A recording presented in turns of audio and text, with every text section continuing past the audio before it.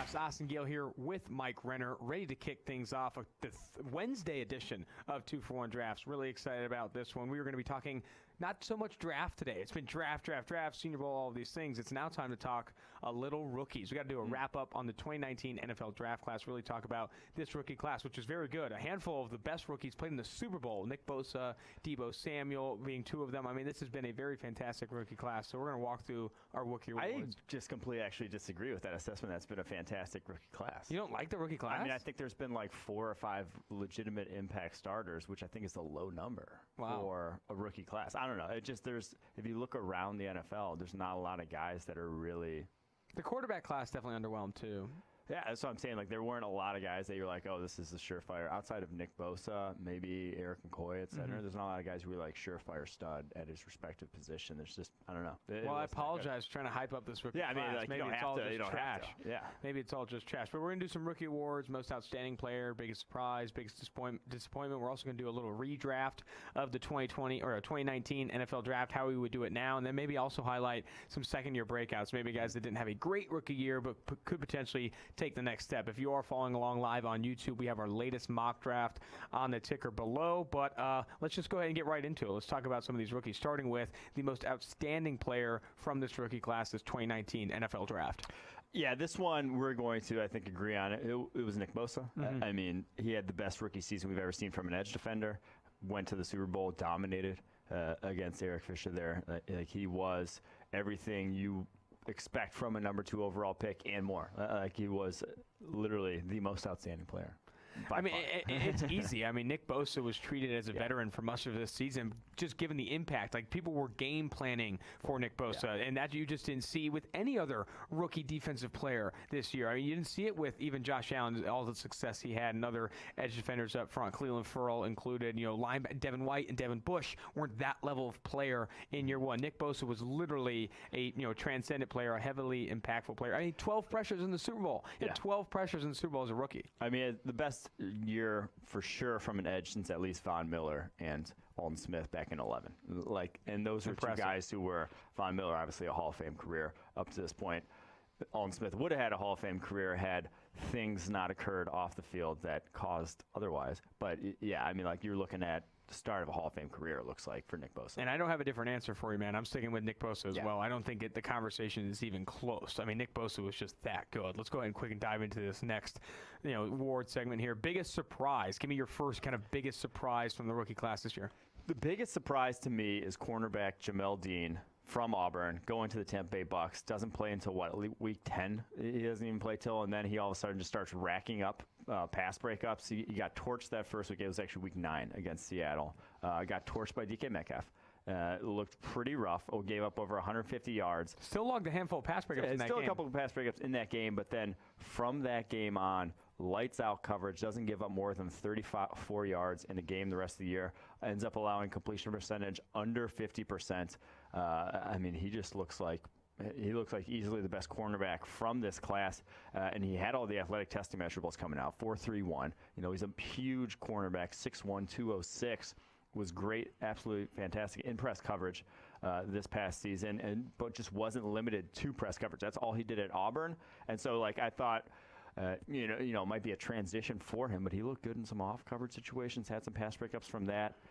2 picks and 10 PDs when it was all said and done. That dude looks, like I said, like the best cornerback in this class. I'm pretty sure from week 10 on, he was one of the highest-graded cornerbacks in football. He finished the year as the highest-graded rookie cornerback by a mile, and his pass, forcing completion percentage was up there with the best in the NFL for the corner. It's a tough one. His forcing completion percentage was up there with the best in the NFL. So, I mean, he had a really impressive year. My surprise here, and I don't maybe not the biggest surprise, but definitely a surprise to many, number 68 on our board going into the draft, Terry McLaurin of Ohio State, lit the Senior Bowl on fire, really showed that he could be something more than what he was at Ohio State. And I think you saw that translate into the NFL. He was, the Washington Redskins' go-to target all year long, and he really thrived in that role. I was really impressed with his nuance as a route runner, the professionalism, how he approaches the game, and when you have the tools and the deep speed to do so, I mean, it really adds up. This guy was a really impressive prospect. Should have went much higher than where he went in the draft. Yeah, and actually, so with both Deane and McLaurin, they were higher on our board than where they ended up getting drafted. So You heard it here first. No, we're still way too low on them. I mean, in a redraft, we'll get to that a little later, where we'd re-rank these guys in the top 10 of our board. Both these guys would end up making the top 10 of our draft board with what we've seen from them as a rookie, because that's how good both of them have been so far this season. Yeah, McLaurin, I mean, the speed, the route running ability, it all plays. I'm going to throw one more name out here, though. Eric McCoy, the Texas A&M center coming out. He was 80th on our board, ends up finishing as a top 5 graded center in the NFL as a rookie. That's pretty darn good. Like that I did not necessarily see coming. He struggled with some power at the Senior Bowl reps in the one-on-ones. He only won 21% of his reps in pass pro that week, so that was like a little concerning. That's why we were a little bit probably lower on him. But again, looks like a different player. Very much a huge upgrade for the Saints on that interior offensive line over Max. Yeah, if you look at Eric McCoy's rookie grades at center, it's the best we've ever seen since the New York Jets center. That was Eric Mangle. Yeah, Eric Mangle. It's the best we've ever seen. Nick since Mangold, Jesus. Nick Mangold. It's the best we've ever seen since Nick Mangold. And I had an opportunity to talk to Eric McCoy recently and explain that to him. And he said, "Yeah, man." He said he really owes it to Drew Brees. He said Drew Brees really made his job so much easier than it was at Texas A&M. He said he called the calls. He made all the decisions for me. And I think Eric McCoy obviously learned from that, and as the season progressed, he got better. But I think the mental aspect, that mental hurdle you have to pass as a rookie center, was made a lot easier with the quarterback he did have in Drew Brees. He's calling out mics. He's calling out protections way more, though, than like a Rodney Hudson of the Oakland Raiders, who's making all of those calls at the line of scrimmage, one of the smartest offensive linemen in the game. I think Eric McCoy, I'm not saying his rookie season was easy, but it was easier, and he had a very good mentor in terms of helping him understand the mental aspect of the game. But Eric McCoy, very impressive up there from a grading standpoint. I'm going to throw another name out there, too. The man, the myth, the legend, Gardiner Minshew. Had to do it. You had to. How is Gardiner Minshew not a surprise? I mean, he graded so well at Washington State, but he did have a noodle arm, and that you don't love projecting noodle arms to the next level. And also, he was in a system that kind of was favorable to his strengths. But what he did well at Washington State, guess what, Renner? He did well in the NFL. Vertical lead throws, one of the better deep passers in the game this year. Not just among rookies, one of the better deep passers in the game this year. Not when you're trying to fire a missile 20 yards down the football field, but floating it with touch over the top. He did a very good job with that. Accurate with the football. Good decision making for the most part. Had some rookie flaws, but I mean, there's a reason Jacksonville really liked this guy. Ended up benching Nick Foles to bring Gardiner Minshew back in. I think Gardiner Minshew, a huge surprise. We were not high enough on him, even though the grades really said, hey, this guy is grading at a very high level at the college level. Yeah, well, so he didn't grade great at East Carolina, then had the massive breakout his last year after transferring to Washington State, 88.4 passing grade. That was obviously a little, going to a very favorable passing scheme. You kind of get hesitant about that. The arm, you get hesitant about that. Ends up getting drafted 178th.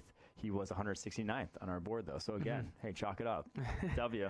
No, still, you should have been higher. And that's why you draft QBs. Yeah. Because you draft QBs who are productive, I think, in college, because that can translate to the NFL.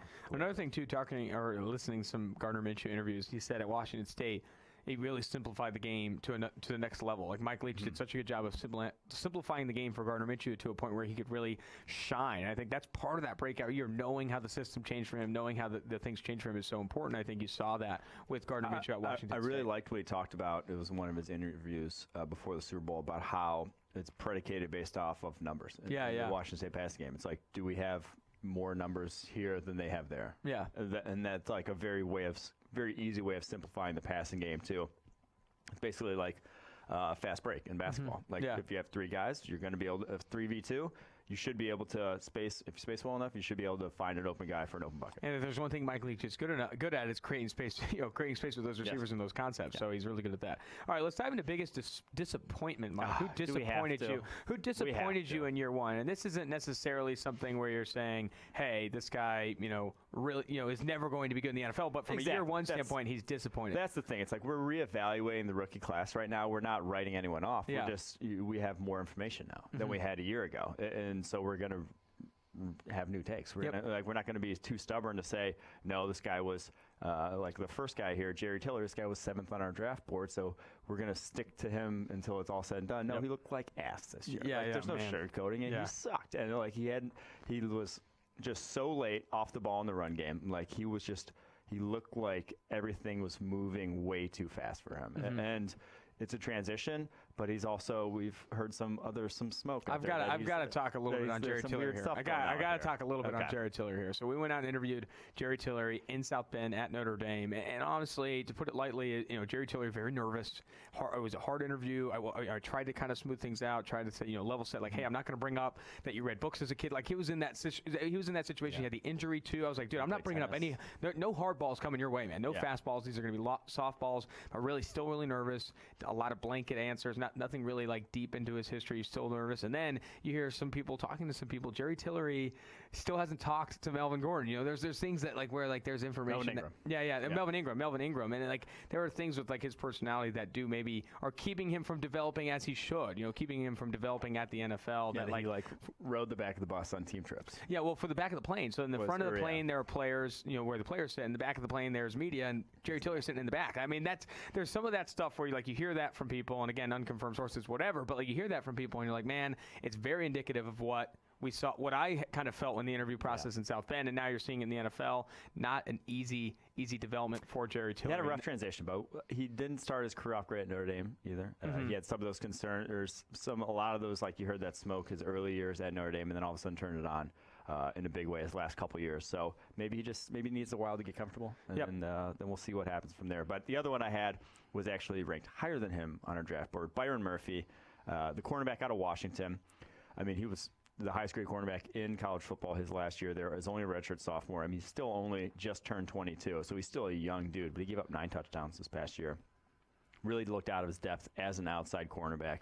Maybe a very strong candidate to move to full-time slot in the future.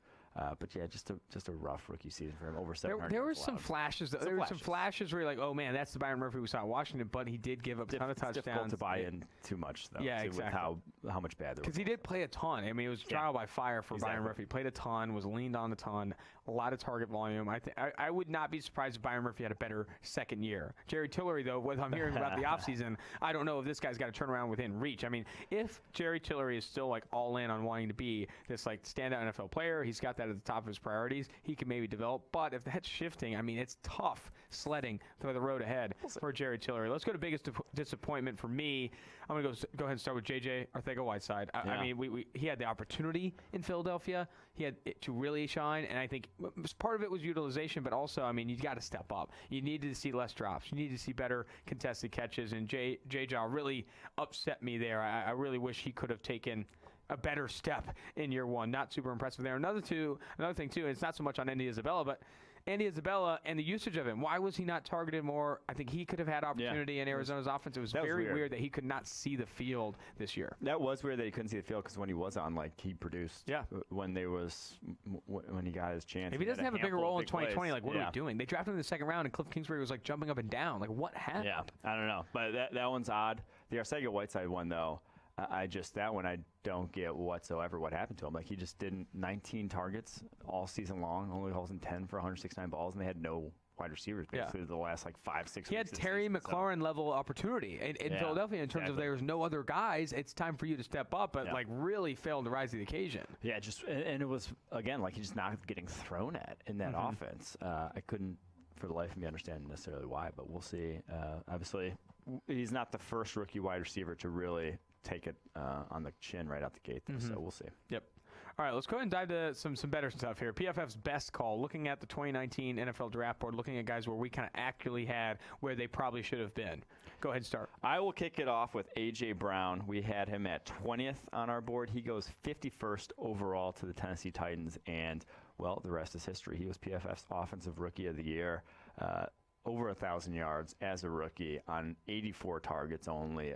Unreal after the catch, unreal before the catch. I mean, he just looks like a stud number one receiver. So even at 20, probably still a little too low on him, but like considering where he went, we were like, yeah, that's one of the steals of the draft immediately after. I mean, A.J. Brown and Terry McLaurin had two of the best rookie seasons we've ever seen. I mean, it was fantastic from A.J. Brown. He'd probably go in the top 10 if you had the knowledge of what he did this year now. I think A.J. Brown was spectacular, like you said, before and after the catch releases. He's got the size to be an outside receiver. There was some reservation because so much of his production came from the slot at Ole Miss, but then you see him turn it on and get outside receiver. I mean, this guy had a very dominant rookie season. I'm going to go for my best call, Josh Allen at 5. Guy had all the pressures in the world. PFF pass rush grade out, off the charts, and I think he performed very well as a rookie. This is a guy that could be that edge defender piece for Jacksonville. He's also very versatile. Showed that off in some coverage plays too. I think Josh Allen at 5 was smart. The people that were like hesitant on Josh, that never made sense to me in terms of like, oh, he doesn't have like an inside move. And I was like, dude, like inside moves the least. Yeah. If you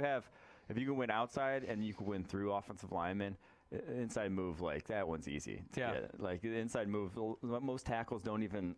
Like the elite tackles just don't get beat inside. Like Trent Williams of the world, Tyron Smith of the world aren't going to let you go inside on them. Like they're going to make you run the arc no matter what. You can't high value inside moves. Exactly. Can't. So the sort of the criticisms of Josh Allen, like he was a freak athlete with freak production. And good size. Like people forget that this guy had great size. Like really, really good size coming out. So I definitely like where we had Josh Allen seeing what we saw this year. All right. And my next one is also an edge defender who got drafted almost in a similar sort of area of the draft that Josh Allen did, but was way lower on our board. Rashawn Gary, we had him at 48th overall. He goes, 12th to the Packers, 13th to the Packers, whatever it was to the Packers, and just he didn't have any sort of impact his rookie year. Yeah, when he did get pressures, it was like on stunts. He was not. Sounds like a lot of the same things we saw at Michigan. I mean, when you turn it on and remove stunts, you remove play action dropbacks and screens, Rashawn Gary is one of the lowest graded pass rushers in those situations. You'd see that same type of grading profile in the NFL, and you don't know why, because this guy is a former 5-star. He does have all these tools, but man, if you can't rush the passer and have this production, it's just so hard to jump on board. 16 pressures all season long and 256 snaps, and that's most of them in obvious pass rushing situations. And like it didn't also make sense from they had 2 edge rushers. I normally we're normally like the whole don't draft for need, whatever, don't draft. Like we're not on board with drafting for need. Draft good players, but you have to draft good players that have like a foreseeable path to the playing field. time. He's behind 2 guys who are on 4-year contracts right now at edge defender. I don't know how he plays 256 snaps this year. Including the playoffs, played only 12 snaps in the entire playoffs. I don't see how that increases next year. Unless you kick him inside, unless you, he's like vehemently said he doesn't want to play inside. He wants to be this edge defender. He lost weight from high school to college just to play edge defender. I don't know where he plays anymore. So that pick, that's to me, a tough situation for Green Bay. That is very tough. Speaking of a tough situation, PFF best call for me is Clelin Ferrell at 35. He obviously went number 4 overall to the Oakland Raiders for reasons that are hard to understand. Some say that they wanted a guy that could really play the run. Some people say that they wanted a high character guy.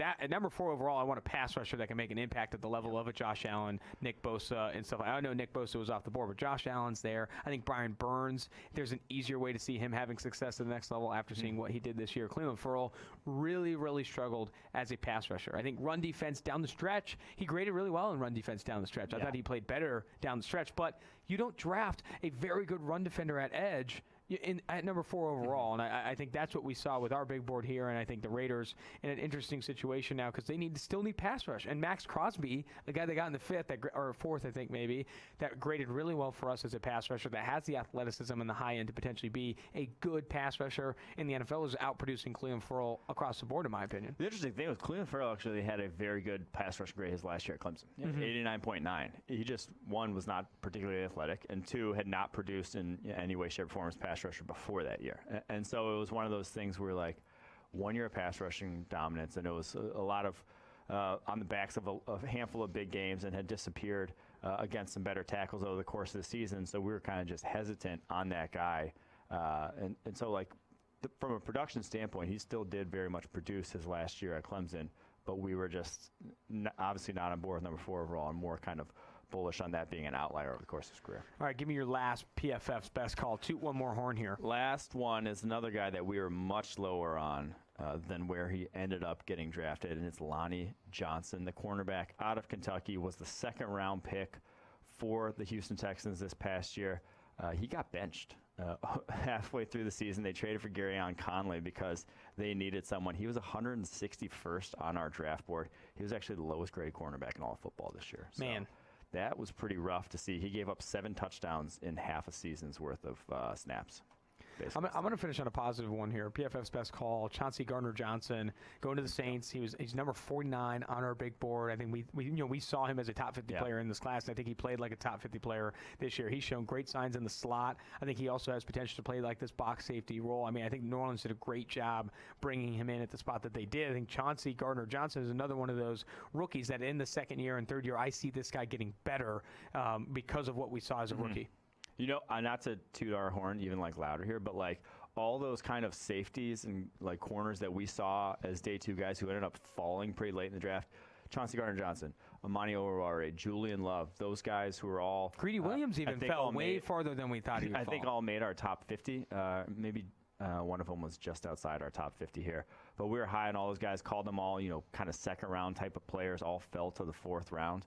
All were very good as rookies. So I think that I'm not tooting our own horn, but fucking toot. Let's go. I mean, but I think part of that too is identifying. Part of this is identifying the value that there is in a slot corner type of hybrid team, because like those guys start now. Guess what? Those guys play 400, 600 snaps a year because of how much 11 personnel you see in today's NFL. So Chauncey Gardner-Johnson is a guy you value in the top 50 of a draft based off the skills he does have. So I think in the future, hopefully in the future, as the NFL gets smarter, they start to see a little. Yeah, Monty Hooker 44, Julian Love 45, and Chauncey Gardner-Johnson 49 on our board. All go to the fourth round and all pretty darn good as rookies. There we go. Toot. All right, now after the toots here, let's go PFF's worst call. Hey. There's some tough ones here. I don't have any. JJ Ortega Whiteside I thought did not deliver, but I wouldn't call him the worst call. I think you have two names that I really, really like. Yeah, I was gonna say I'm not writing off Byron Murphy just yet at number 6, just because like if he goes into the slot, I think he'll still be pretty darn good. He's pretty young, but Jerry Tiller at 7 looks pretty garbage right now. Oh man, I like that one back.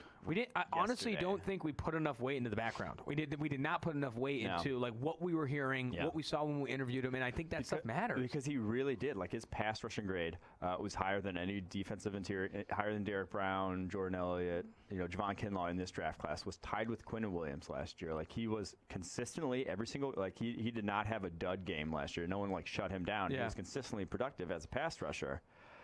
But the background is very much concerning. I'd like that one back. And you turn on the tape, too, and it wasn't like his pass rush wins were bad. They're like, dude, this guy has legit moves. He had his, spark percentile rating was in, the high 80s percentile. Like, he was a freak athlete, too, for the position. A very good athlete for the position at 6'6" with long arms. Like, there's not a lot of things that were, pointing towards him not being a good football player. Yeah. There's just a couple in the background where you start to get nervous, and there you are. But it's interesting. Jerry Tiller, we need to, ban Tiller's name from this podcast. We might need to. Talk about him anymore. Another guy I want you to bring up before you bring up your name.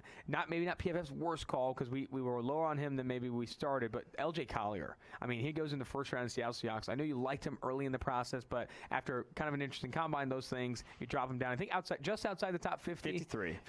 Yeah, not bad.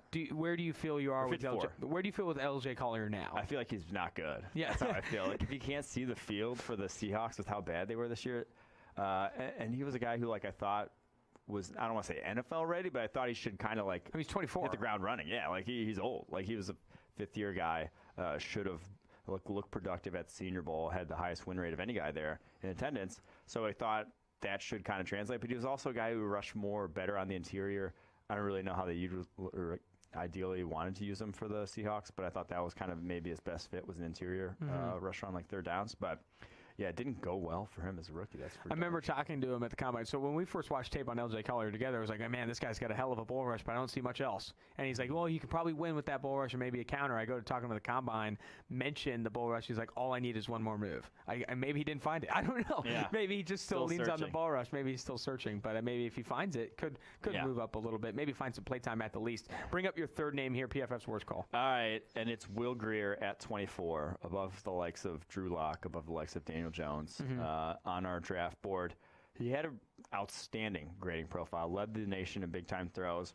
I would be remiss to say that I thought his Senior Bowl was absolutely butt cheeks, and that was scared the shit out of me, in the evaluation process, because that's kind of that's a situation where high pressure, but also a very controlled environment to where you should be able to rise above. You should look good in that. Did you say absolutely butt cheeks? Man, that is damning. I mean, did you watch him play this year? No, I know. The Senior Bowl was terrible. Yeah. So the Senior Bowl, I heard from you, Sam, Steve, everyone that watched the Senior Bowl, like, man, Will Greer had one of the worst Senior Bowls from a quarterback I've ever seen. And then he gets put 24th on our board. Yeah. Which probably should have dropped him lower after the Senior Bowl. But then also you talked to Zach Robinson, who was an analyst with us in the office here before he accepted the Los Angeles Rams job, and I'll tell you this right now. I've said good things about Zach Robinson.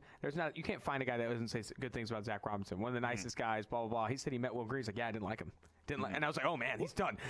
I was going to say, if Zach Robinson doesn't like you, you either like punched his kid or I don't know what happened, but you can't. Zach Robinson likes everyone. So his last 2 years at West Virginia had a 91.8 passing grade and 91.2. Those are outstanding numbers. But, like, he got popped for steroids at the quarterback position. That's why he had to transfer from Florida. What the hell was that? Like, that's an off-field red flag. The haircut at the combine, too. Getting popped for steroids. You have the Senior Bowl thing. Another guy to where him and Tillery, where it's like, maybe there is something about this off-field. Yeah, there's something that's off-field. We need to, like, Zach Robinson's official take was this guy has two phones, and I can't get with the two phones guy. Not this early in the process, whatever it was. And he was, like, rocking two phones while Zach was trying to talk to him. Nice. And I was like, man, Zach, I know you hate the guy, but geez. But here we are. The grades were so good, but then maybe you don't look enough into the haircut, the Senior Bowl, and the two phones. All right, let's move forward here. Let's get more positive. We're going to go ahead and read some breakout candidates for year two. Guys that maybe didn't have a great start at this season, but could have potentially with health or with a combination of development and health get better in year two. I think we're gonna have to see something from Quinn Williams. If his rookie season, what we saw from him, which was just like nothing as a pass rusher, some quality run defense, but nothing special even in that regard. If that's who he is at the NFL level, scouting just like doesn't matter. Like all the grading, all that we do. Even like the off-field, like he has no off-field red flags whatsoever.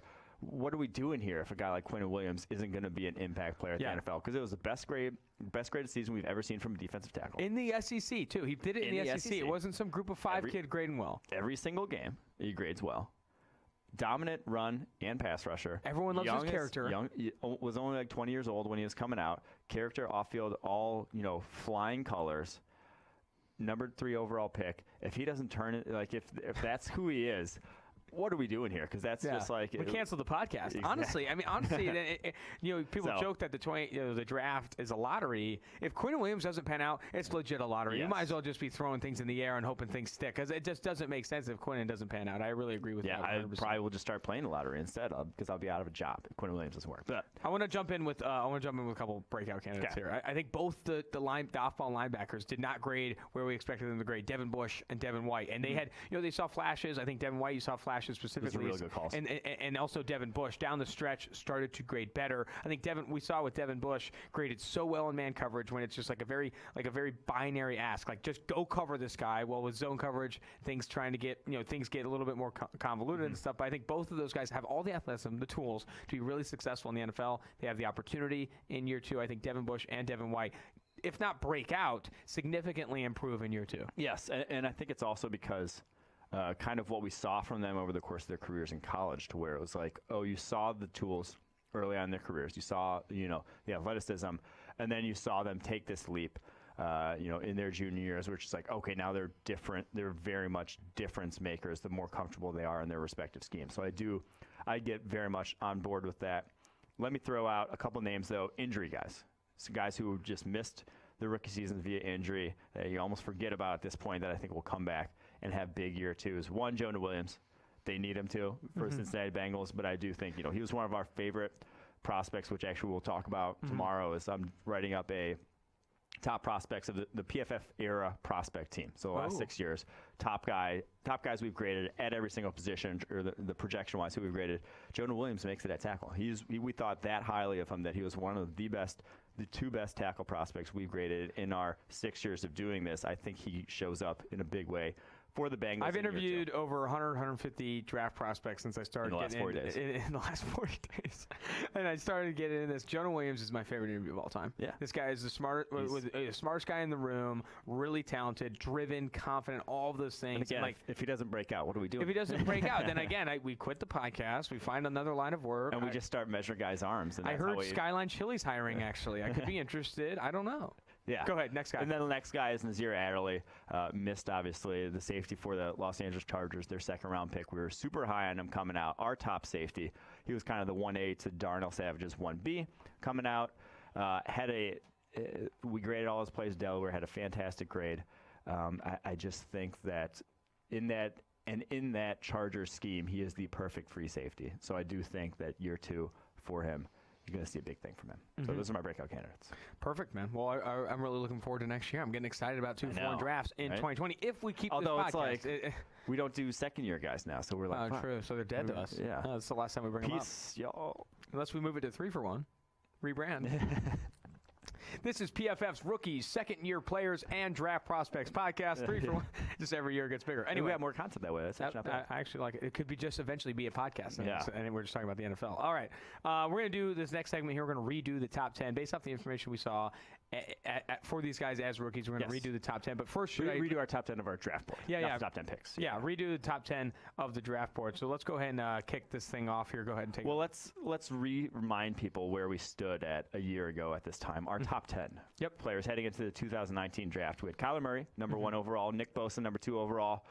Quinn Williams, number 3 overall. Joanna Williams at number 4, the Alabama tackle. Josh Allen, not the quarterback, the edge defender from Kentucky at number 5. Byron Murphy, who we've touched on, the Washington State cornerback, number 6. Jerry Tillery, number 7. I said I was going to bring him up again. Had to do it at number 8. Jeffrey Simmons, Mississippi State defense tackle, even though he was hurt. Greedy Williams at number 9. And Dwayne Haskins at number 10.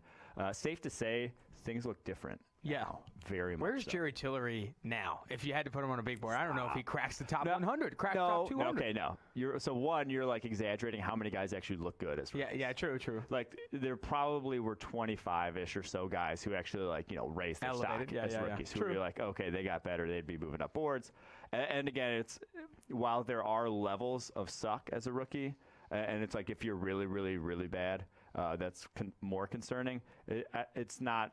If you're bad, it's not like necessarily that much worse to be just god awful. Like it is a little worse, but it's not like you're not. I'm not just moving a guy all the way to the back of my board just because he was easily the worst defensive tackle in football. My girlfriend thinks differently. You know, it's like she's like, there's a range, but I kind of hate both. I guess I don't know. Anyway, let's go to the new top 10. So the new top 10, I think Kyler Murray's still number 1. Like he showed more than enough as a rookie with his athleticism. I honestly didn't even think like that sort of scheme that they ran, the Cardinals, hot take here, I don't think it was like great for his skill set. Like for Kyler Murray? Yeah. Wow. Like all the RPOs that they ran, I don't think that's him. Like I think he can run a more NFL sort of passing offense than what they gave him credit for, than what Cliff Kingsbury ran. He put some special deep throws on tape. Exactly. I mean, this guy's an accurate thrower of the football. Take advantage of that. Don't make him get the ball out quick. Yeah. Give him some 5s. Give him some 7-step backs. Now some of that was because their offensive line still pretty awful. Oh, and they need to address that. There's a difference between bad and awful, and they were awful. And trying to protect him with that. So I'm not going to blame him too much, but I do think he can run an NFL offense still. So he's at number 1. Nick Bosa at number 2. No brainers there. And then here's where we start to change from last year. A.J. Brown, number 3. Let's go. He was 20th overall player on the board. I think I would put him. The Jets would take A.J. Brown. If you would take A.J. Brown in a heartbeat right now, if you're in the top 5 of last year's draft, you just would. I couldn't agree more. I mean, A.J. Brown is just fantastic this past year. Again, you look at yards per out run and PFF receiving grade have high correlations year over year at the NFL level, also college to pro, and you see that with A.J. Brown. You get just really impressed with what he's done. Yeah, so productive. I think he does it in the right ways too. He can win outside, he can win inside, he can beat press at the line of scrimmage. I mean, this guy's a good dude. All right, number 4, sticking with Quinn Williams. Like I said, if he doesn't pan out and at least turn into a darn good defensive tackle, what are we doing? Like, I mean, he just has to at some point. So if he's healthy in 2020, like fully healthy, I mean, obviously you got some banged up. Playing D tackle, you're going to get banged up a little bit. But like, if you're healthy and he plays in every game and he does not break out, it does not significantly improve. I mean, I agree with you. I mean, we got to quit the podcast. All right, and number 5, Joanna Williams. Obviously, again, he was one of the top 2 prospects of the tackle position in the PFF era. We're not going to give up on him just because he had a shoulder injury. Still think he's going to be darn good, so we take him at. He's our 5th prospect. Josh Allen at number 6, one of the guys who was 5 before, did nothing to dissuade us. Had a very good rookie season, easily the second best rookie edge behind Nick Bosa. So he stays at number 6. And then number 7, big mover on our board, Terry McLaurin. Oh yeah, comes in at number 7. Like his speed, his route running ability. Any team in the NFL could use that now. And he's got a little more downfield threat ability in terms of pure speed then an A.J. Brown. A little different. I don't think he has the after-catch ability quite close to A.J. Brown, but he's. And I've talked to him good. twice now since he's been drafted by the Washington Redskins, and one of those interviews is on the 2-for-1 Drafts podcast. If you want to go to some previous episodes, I didn't realize how smart this kid was. I mean, this guy is legit very, very smart between the ears, knows. I mean, you talk about, I had him just break down the Darius Slay matchup. How much preparation, he said, went into that matchup was absurd. He watched how Darius Slay went against big receivers, what he does at the line of scrimmage, when he's playing zone, when he's playing man. Like, this guy goes all in on how he can beat cornerbacks. And again, I'm telling you right now, dude, if you're smart at the college level, you're going to be smart in the NFL. If you're athletic at the college level, you're going to be athletic in the NFL. Those things stick no matter where you're going, and I think it's an important trait, and Terry McLaurin definitely has it. Yes, sir. Number 7 on our board. Now, number 8 on our board, another big mover, Jamel Deane. Now, he moves up from 73rd, but I just think what we saw from him towards the second half of that season, yes, it's small sample size, but it was different. Yep. It was different. He'd be the new best cornerback in this class. I mean, he'd be the new best cornerback. And there's nothing physically stopping him from being an elite cornerback in the NFL. He has all the physical tools. The off-the-charts production. It was scary what his combine was. I mean, like how big he was and the 40 he clocked. I mean, this guy, we probably should have pushed him up a little bit more than we did after that combine, because that combine was absurd. It was just such a tough eval. I think we've talked about it before in terms of just like what he was doing there at Auburn was not anything like what he was going to be doing in the NFL. You could just was hanging on receivers, just completely off the line of scrimmage. But yeah, you mentioned his testing. 4.3 flat, 16 bench press reps, 41-inch vertical, 10'10" broad, 702 cone and 419 shuttle are like all right, but the dude's 206 pounds. Like he's a horse for the cornerback. He looked like a linebacker 6'1". kind of out there. I mean, it was insane. Yeah, and so no one was high on him. I mean, I'm looking at Lance Zierlein's grade. He says good backup was the grade he gave him, and it's like the dude looks like a top 10 player on our board now. So that's Jamel Deane. Number 9, Jeffrey Simmons, came back from the ACL, looked very good towards the second half of the year. Give him a full, healthy offseason. I think this kid looks really good in year 2. Exactly. And then number 10, this one would have been Juan Thornhill had he not torn his ACL, but that's going to kind of throw a wrench in like going forward. You might have year 2 might not be a huge leap forward just because your off season's all rehab. So we're going to go Darnell Savage, who was pretty much equally good at the safety position, has speed himself, playmaking ability, very much improved that Packers D. Can't forget when we first watched Darnell Savage together. 6 plays in, we kind of look at each other like, this is kind of first round tape. This is first round tape right here. We're this guy's got here. And then he clocks like, I think it was one of the fastest 10-yard splits the combine's seen since 2003. That did not get talked about enough. That guy's exploding out of his breaks. I really like what the Green Bay Packers secondary is. Maybe they can bring some coaches to actually put the thing together. Come on. They have some talent in that secondary. They have Kevin King, Jair Alexander, Darnell Savage. Maybe they add another defensive back. Josh Jackson. Top 10 player from our board a few years ago. Another guy that graded really well in Iowa's system. Oh, man. We'll find out if he actually pans out. Maybe with some better coaches. I don't know. But, yeah, a good new top 10. Really do love Darnell Savage. That's going to go ahead and do it for the Wednesday edition of the 2-for-1 Drafts podcast. Remember, you can find us live on YouTube most days, most weeks. We're also on Spotify, Apple Podcasts, and Stitcher. Again, this is going to be it. Austin Gayle, Mike Renner, 2-for-1 Drafts.